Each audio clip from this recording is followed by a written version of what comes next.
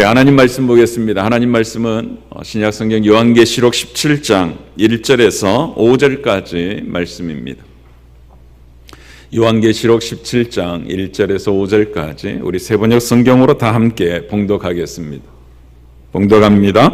대접 7개를 가진 그 7 천사 가운데 하나가 와서 나에게 이리로 오너라. 큰 바다 물 위에 앉은 큰 장녀가 받을 심판을 보여주겠다. 세상의 왕들이 그 여자와 더불어 음행을 하였고 땅에 사는 사람들이 그 여자의 음행의 포도주에 취하였다 하고 말하였습니다. 그리고 그 천사는 성령으로 나를 휩싸서 빈들로 데리고 갔습니다. 나는 한 여자가 빨간 짐승을 타고 앉아 있는 것을 보았는데 그 짐승은 하나님을 모독하는 이름들로 가득하였고 머리 7과 뿔 10개가 달려 있었습니다. 이 여자는 자주색과 빨간색 옷을 입고 금과 보석과 진주로 꾸미고 손에는 금잔을 들고 있었는데 그 속에는 가증한 것들과 자기 음행에 떠오른 것 가득하였습니다. 그리고 이마에는 땅의 음녀들과 가증한 것들의 어미 큰 바빌론이라는 비밀의 이름이 적혀 있었습니다. 아멘. 아멘. 사랑하는 성도 여러분, 이제 우리는 요한계시록 결론 부분에 다다랐습니다. 오늘 살필 이 요한계시록 17장부터 마지막 장인 22장까지 다 요한계시록의 결론 부분인데요. 이 부분에서 크게 2가지 결론을 우리에게 들려줍니다. 하나는 하나님을 거부한 세력들은 다 멸망할 거라는 거예요. 그게 이 17장에서부터 20장까지 우리들에게 세밀하게 소개해 줍니다. 그리고 다른 하나는 교회 공동체만이 하나님께서 새롭게 창조하시는 새하늘 새 땅에 들어가게 될 거라는 것이죠. 그게 21장, 22장입니다. 오늘은 그 첫 번째 결론부의 첫 장을 여러분과 함께 살피려 합니다. 제가 요한계시록을 여러분들과 함께 풀어내면서 2가지 고민을 안고 이 요한계시록을 풀어내고 있는 중입니다. 하나는 이단들이 요한계시록을 그릇 해석하고 있어서 그것에 우리들이 많이 젖어 있어서 우리가 알지 못하는 사이에 이 요한계시록을 그런 안목으로만 보고 있는 현실이다 하는 거예요. 그런데 그 현실에서 어떻게 벗어나게 할 수 있을까 하는 것이 저의 첫 번째 고민입니다. 그리고 2번째 고민은 이 요한계시록을 통해서 주님께서 우리에게 들려주고자 하시는 그 메시지를 절대로 놓치지 않았으면 좋겠다 하는 것이 저의 고민입니다. 이 2가지 고민을 가지고 지금 제법 긴 시간 동안 요한계시록을 풀어내고 있는 중인데요. 앞으로도 이런 고민 가지고 여러분들과 함께 풀어낼 것입니다. 그래서 혹 내 안에 알지 못하는 사이에 들어와 있는 잘못된 선입견들이 있다면 성경적 안목을 가지고 이 요한계시록을 이해하고 읽어낼 수 있는 저와 여러분이 되기를 소원합니다. 우선 이 요한계시록 17장, 이 17장은요 7 대접을 가진 7 천사 중 하나가 요한에게 와서 이야기하는 장면으로 시작합니다. 여러분, 이것도 되게 중요한데 이 앞으로 전개되어질 이 17장의 그 내용들이 앞선 16장에서 살폈던 7 대접 심판과 매우 밀접한 연관성이 있음을 우리에게 보여주는 것이죠. 여러분, 그런 생각을 가지고 1절을 다시 한번 읽어보시죠. 1절입니다. 대접 7개를 가진 그 7 천사 가운데 하나가 와서 나에게 이리로 오너라. 큰 바다 물 위에 앉은 큰 창녀가 받을 심판을 보여주겠다. 아멘. 여러분, 7 천사 중 하나가 요한에게 와서 큰 바다 물 위에 앉은 큰 창녀가 받을 심판에 대해서 보여주겠다고 이야기를 합니다. 그러면 우리는 이제 물어야 하는 거예요. 과연 이 큰 바다 물 위에 앉은 이 큰 창녀가 누굴까 하는 거예요. 여러분, 누굴까요? 5절을 한번 읽어보시죠. 5절 함께 읽습니다. 그리고 이마에는 땅의 음녀들과 가증한 것들의 어미 큰 바빌론이라는 비밀의 이름이 적혀 있었습니다. 아멘. 여러분, 그 여자의 이마에 뭐가 새겨져 있어요? 땅의 음녀들의 가증한 것들의 어미 큰 바빌론이라고 새겨져 있습니다. 마치 낙인처럼 말입니다. 이 여인은 다름 아닌 바빌론인 거예요. 바빌론. 이 여자의 이마에 새겨진 이름이 이 여자가 누구인지를 우리에게 그냥 분명하게 보여주는 것입니다. 구원받은 성도들인 저와 여러분의 이마에 어린 양의 이름과 아버지의 이름이 새겨져 있는 것처럼 말입니다. 그리고 18절 말씀도 보면 천사가 다시 한번 이 여자가 누군지를 요한에게 풀어주거든요. 18절 말씀 우리 같이 한번 읽어보시죠. 내가 본 그 여자는 세상의 임금들을 다스리는 통치권을 가진 큰 도시를 가리킨다. 보십시오. 천사가 요한에게 아주 분명하게 이 큰 창녀가 누구냐 하면 세상의 임금들을 다스리는 큰 도시다. 그렇게 이야기를 합니다. 이러고 오면 이 천사가 보여주는 큰 창녀는 바빌론을 의인화한 표현임을 알 수 있는 거죠. 물론 사도 요한 시대에는 절대 권력을 휘두르고 있는 도시 로마를 가리키는 것임에 틀림없습니다. 그렇다면 이 창녀가 앉아있는 큰 바닷물은 뭐냐 하는 거죠. 이에 대해서도 천사가 가르쳐 주거든요. 15절 말씀 우리 같이 한 번만 읽어보시죠. 15절 함께 봅니다.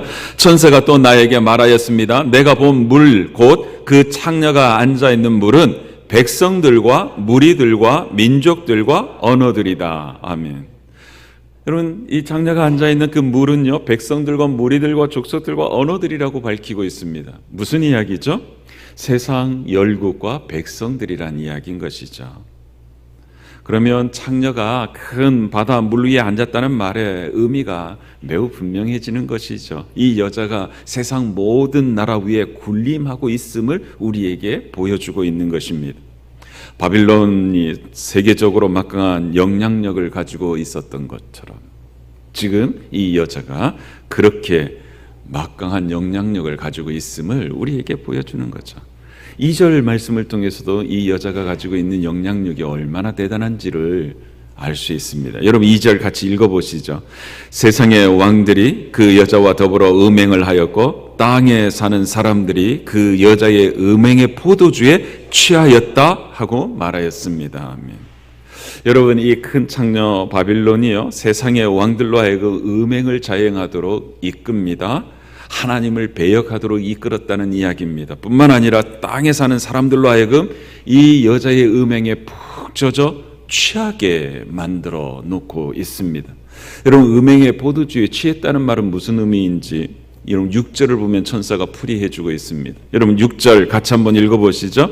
그리고 나는 그 여자가 성도들의 피와 예수의 증인들의 피에 취하여 있는 것을 보았습니다.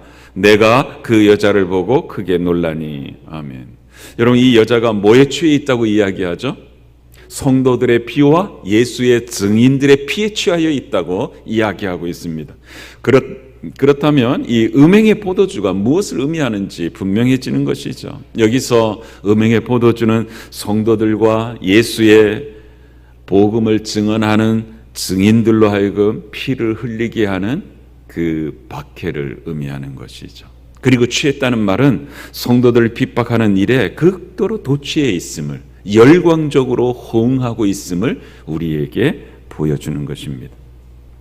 그렇다면 여러분 왜 이 큰 창녀 바빌론이 이러한 일들을 자행하는 것일까요? 왜? 여러분 그 이유는 하나입니다. 사탄의 하수인이 되기로 자청했기 때문이라는 거예요. 3절 말씀을 보면 이 사실이 매우 분명해집니다. 여러분 3절 말씀 우리 같이 한번 읽어봅시다. 함께 보겠습니다. 그리고 그 천사는 성령으로 나를 휩싸서 빈들로 데리고 갔습니다. 그 짐승은 하나님을 모독하는 이름들로 가득하였고 머리 7과 볼 10개가 달려 있었습니다. 아멘. 여러분 여기서 말하는 여자는 큰 창녀 바빌론을 이야기하거든요. 그 여자가 어디에 앉아있다고 이야기하죠? 빨간 짐승 위에 앉아있대요. 그러면 이 빨간 짐승이 누군가? 여기 주목해야 되겠죠. 여러분 이 빨간 짐승은요 13장에서 우리가 살펴보았던 그 짐승과 동일한 짐승입니다. 하나님을 대적하는 세력들이죠. 붉은 용으로 묘사된 사단의 하수인이었던 그 첫 번째 짐승 말입니다. 그러니까 이 짐승, 빨간 짐승은요, 하나님을 대적하는 막강한 정치력을 가진 세력을 말하고 있음을 우리는 알 수 있죠. 그러니까 사도 요한 시대에는 로마 제국입니다. 그런데 이 짐승의 모습을 한번 보십시오. 두 가지 특징이 있다고 이야기합니다. 하나는 뭐냐면 하나님의 이름을 모독하는 것들로 가득했다는 것이고, 다른 하나는 머리 7과 뿔 10개가 있다는 거예요. 여러분 13장에 등장했던 짐승과 똑같은 모습이죠. 여러분 13장 1절 말씀 우리 같이 한번 읽어봅시다. 13장 1절 함께 봅니다. 나는 바다에서 짐승 하나가 올라오는 것을 보았습니다. 그 짐승은 뿔 10과 머리 7이 달려 있었는데 그 뿔 하나하나에 왕관을 쓰고 있고 그 머리 하나하나에는 하나님을 모독하는 이름이 붙어 있었습니다. 아멘. 그러니까 머리 7개와 뿔 10개가 있다는 것이 이 짐승의 특징입니다. 그리고 머리 7과 뿔 10이 있다는 것은 이 짐승이 매우 강력한 권세를 가지고 있음을 우리에게 드러내주는 것입니다. 13장을 살필 때도 여러분들과 함께 나눴었지만 다시 한번 강조합니다. 여기 머리 7이 누군가, 뿔 10이 과연 누구냐, 이거에 관심 갖지 않기를 원합니다. 왜냐하면 역사적으로 그들이 누구인지 구체적으로 일치시켜서 밝히는 것이 쉽지 않기 때문입니다. 그건 헛수고예요. 오히려 그러한 왕들이 짐승의 머리와 뿔로 존재하는 것은 도대체 어떤 의미냐, 여기에 관심을 갖는 것이 훨씬 더 유익합니다. 그리고 이 짐승의 또 다른 모습은요, 그 머리 하나마다 하나님을 모독하는 이름이 있었다는 것이죠. 여러분 이것은요, 이 짐승이 하나님과 하나님을 섬기는 교회 공동체에게 어떤 행동을 취하고 있는지를 우리에게 극명하게 보여주는 모습입니다. 사탄을 대리해서 하나님을 모욕하고 거역하는 세력의 중심에 서가지고 세상 여러 나라들의 왕들과 백성들을 미혹하는 존재라는 이야기입니다. 교회를 박해하며 성도들의 피를 흘리게 하는 그 일을 매우 주도적으로 권세를 가지고 그 일을 자행하고 있음을 우리에게 보여주는 것입니다. 바로 그런 짐승 위에 누가 앉아 있는가? 이 큰 창녀가 앉아 있다는 것입니다. 이 큰 창녀 바빌론이 짐승을 탔다는 것은 이 둘 사이가 매우 밀접한 관계가 있음을 보여주는 거죠. 이 둘이 아삼육을 이루고 있다는 이야기인 것입니다. 그렇게 이 여자는요, 짐승과 함께 사탄의 하수인이 되기로 자청하고 하나님을 거스르는 일을 자행합니다. 그게 4절이죠. 한번 4절 한번 보시죠. 이 여자는 자주색과 빨간색 옷을 입고 금과 보석과 진주로 꾸미고 손에는 금잔을 들고 있었는데 그 속에는 가증한 것들과 자기 음행에 더러운 것들이 가득하였습니다. 아멘. 여러분 이 여자의 모습을 보십시오. 자주색 옷, 빨간색 옷을 입고 금과 보석으로 치장을 합니다. 그리고 손에는 금잔을 들고 있었습니다. 대단히 화려하지 않습니까? 여러분 이 모습은요, 그 고대 로마의 부와 사치와 화려함을 고스란히 우리에게 보여주고 있는 것이죠. 그런 부와 사치와 화려함 속에 무엇이 담겨 있었는가? 그 속에 가증한 것들과 자기 음행에 더러운 것들로 가득 차 있다고 이야기합니다. 여러분 이 장녀는요, 화려한 겉모습과는 달리 그 속에는 가증한 것, 음행의 더러운 모습으로 가득 채우고 있었던 것입니다. 우상 숭배와 하나님을 거부하는 삶이 가득했다는 말입니다. 온 힘을 다하여 하나님을 거부하였을 뿐만 아니라 하나님을 믿는 성도들을 박해하며 그 피를 흘리는 것으로 그 잔을 채워가고 있었다는 이야기죠. 여러분 6절을 보면요, 나는 그 여자가 성도의 피와 예수의 증인들의 피에 취하여 있는 것을 보았다고 이야기하고 있습니다. 여러분 이게 이 여자의 화려함 속에 담겨있는 실체였습니다. 그래서 이 여자를 들고 땅의 음녀들과 가증한 것들의 큰 엄이라고 이야기하는 것입니다. 여러분 이러한 여자와 짐승의 모습을 본 사도 요한이 정말 깜짝 놀라는 거예요. 그러자 천사가 왜 그렇게 놀라느냐 이야기하면서 이 여자의 비밀과 이 여자를 태우고 있는 짐승의 비밀을 내게 풀어주겠다고 이야기합니다. 여러분 8절 말씀 같이 한번 읽어보시죠. 함께 봅니다. 내가 본 그 짐승은 전에는 있었지만 지금은 없으며 장차 아비소스에서 올라와서 나중에는 멸망하여 버릴 자다. 그리고 땅 위에 사는 사람들 가운데 창세로부터 생명책의 이름이 적혀 있지 않은 사람들은 그 짐승을 보고 놀랄 것이다. 그것은 그 짐승이 전에는 있었다가 지금은 없으나 장차 다시 나타날 것이기 때문이다. 아멘. 여러분, 이 8절 말씀을 보면요, 이 짐승의 정체가 무엇인지 밝힙니다. 이 짐승은요, 전에는 있었지만 지금은 없으며 장차 아비소스에 올라와서 나중에는 멸망하여 버릴 자라고 이야기합니다. 과거에는 활동했지만 지금은 아비소스가 뭔지 아시죠? 무적행에 갇혀서 활동하지 않고 있다고 합니다. 그런데 다시 그 무적행에서 나와가지고 활동을 재개할 것이지만 결국은 멸망할 것이라고 이야기해요. 여러분, 이게 무슨 이야기인가? 여러분, 이 짐승이 아비소스에 갇혀 있다는 것은 예수 그리스도께서 오시기 전까지 그는 마음대로 활동하던 존재였습니다. 그런데 예수님께서 이 땅에 오시고 십자가에 죽으시고 부활하시고 승천하신 후에는 이 권세가 묶임을 당하였다는 이야기입니다. 그런데 예수님의 재림이 가까우면 이 짐승이 마지막 발악을 벌이게 될 거라는 것입니다. 주께서 세우신 교회 공동체를 없애버리기 위해서 갖은 수단을 다 동원하게 될 것입니다.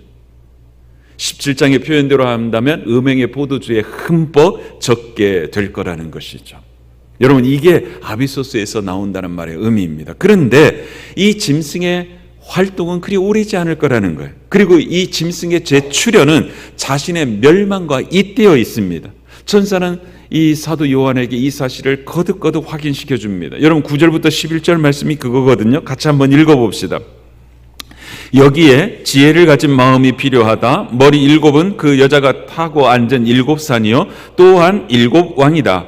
그 가운데서 5은 이미 망하고 하나는 있고 또 다른 하나는 아직 나타나지 않았다. 그것이 나타날지라도 잠깐밖에 머물지 못할 것이다. 또 전에 있다가 지금은 없는 그 짐승은 8번째인데 그것은 그 7 가운데 속한 것으로서 마침내 멸망하여 버릴 자다. 아멘.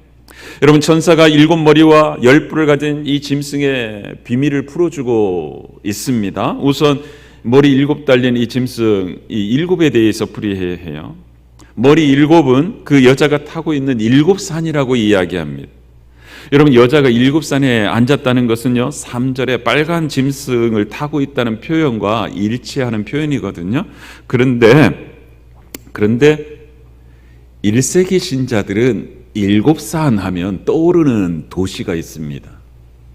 그게 로마입니다.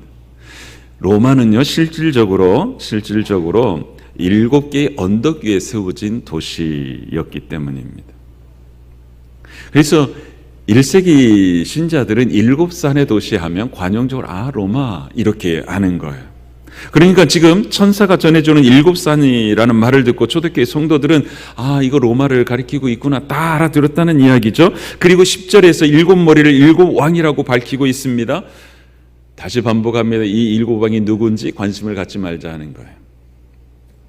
그리고 실질적으로 이게 어려움이 많습니다. 그리고 그게 무의미해요. 그런데 이 천사가 풀어주는 그 이야기를 한 번 더 집중해서 보십시오. 7왕 중에 5은 이미 망한 왕이라고 합니다. 그리고 하나는 현재 존재하고 있고 다른 하나는 아직 즉위하지 않았지만 즉위해도 잠깐 다스릴 거라고 이야기합니다. 그런데 그 7번째를 이어가지고 나오는 8번째 왕이 나타나는데 그 왕이 바로 7뿔을 가진 그 짐승 자체라고 이야기합니다. 그런데 그 짐승 8번째 등장하게 되는 왕, 그 짐승의 운명은 마침내 멸망할 자라고 이야기하는 거예요. 우리가 지금까지 살폈던 이야기와 똑같은 이야기죠. 그리고 이어서 10뿔에 대해서도 설명해 주고 있는데 그게 12절 13절이거든요. 같이 한번 읽어봅시다. 내가 본 10뿔은 열왕이다. 그들은 아직 나라를 차지하지 못하였지만 그 짐승과 함께한 동안 왕권을 차지할 것이다. 그들은 한마음이 되어서 그들의 능력과 건세를 그 짐승에게 내줄 것이다. 아멘.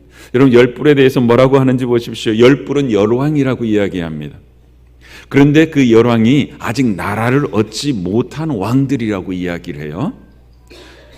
여러분, 그러니까 이 열왕이 누군지 한번 생각해 보십시오. 로마 황제는 7머리라고 이야기했죠.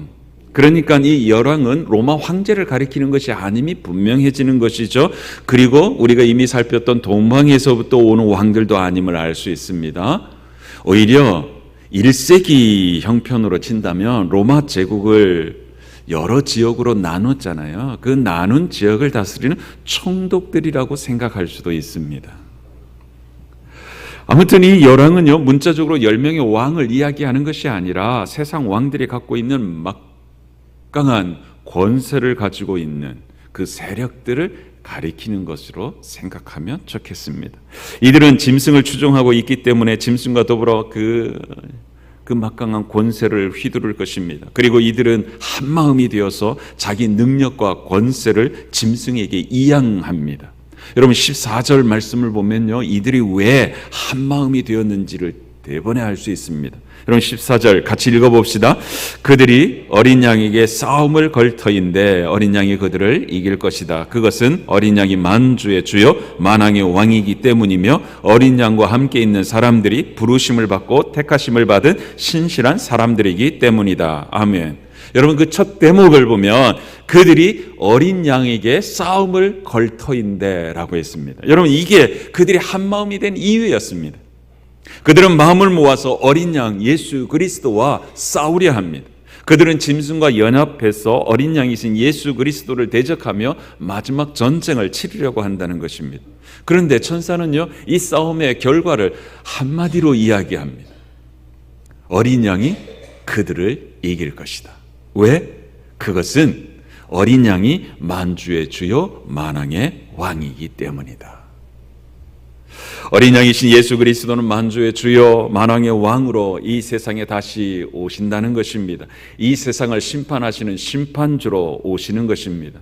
그러므로 그때는요, 사단은 물론이고 그의 추종 세력이었던 짐승, 거짓 선지자, 그리고 복음을 거부하며 이들 편에 섰던 이 땅의 모든 사람들이 다 심판을 받게 될 거라는 것입니다. 그 마지막 전쟁에서 그들은 철저하게 패배하게 될 것이고 주님은 그들 모두를 불과 유황으로 타는 바닷물에 던질 거라 이야기합니다. 여러분 16절을 보면요, 좀 당혹스러워집니다. 여러분 16절 같이 한번 읽어보시죠. 함께 봅니다. 그리고 내가 본 그 열불과 그 짐승은 그 창녀를 미워해서 비참하게 만들고 벌거벗은 꼴로 만들 것이다. 그들은 그 창녀의 살을 삼키고 그 여자를 불에 태울 것이다. 아멘. 여러분 1절부터 계속해서 보여주는 이미지가 무엇이었습니까? 이 여자와 짐승은 밀월 관계였습니다. 너무너무 사이가 좋았어요. 그런데 이 16절 말씀을 보면요, 열불과 짐승이 이 창녀를 몹시 미워하는 거예요. 그래서 그가 입었던 옷들, 그 붉은빛, 자줏빛 옷을 다 벗겨버리고 그 살을 먹고 불로 태워버린다는 거예요. 자기 편이 되어서 충성하던 그 창녀 바빌론을 망하게 해버린다는 이야기인 거예요. 사랑하는 성도 여러분, 이 말씀은요, 사단의 속성이 무엇인지를 우리에게 보여주는 것입니다. 여러분 사단은요, 본래 망하게 하는 거, 죽이는 자인 거예요. 그래서 주님께서 이 사단을 두고서 할 때 뭐라고 이야기했습니까? 도둑이 오는 것은 도둑질하고 죽이고 멸망시키려 함이라고 이야기했습니다. 그러면서 당신이 오는 것은 양으로 생명을 얻게 하고 더 풍성히 얻게 하는 것이라고 말씀했던 것이죠. 그런데도 사람들은 이 사실을 모르기 때문에 사단의 세력에 합류하는 것입니다. 사단이 유혹하는 그 달콤함에 넘어가는 것이죠. 그래서 세상 것을 사랑하게 또 집착하게 되는 것입니다. 그런데 그 끝은 사탄도 망하고 사단을 추종하는 자들도 망하고 마는 것입니다.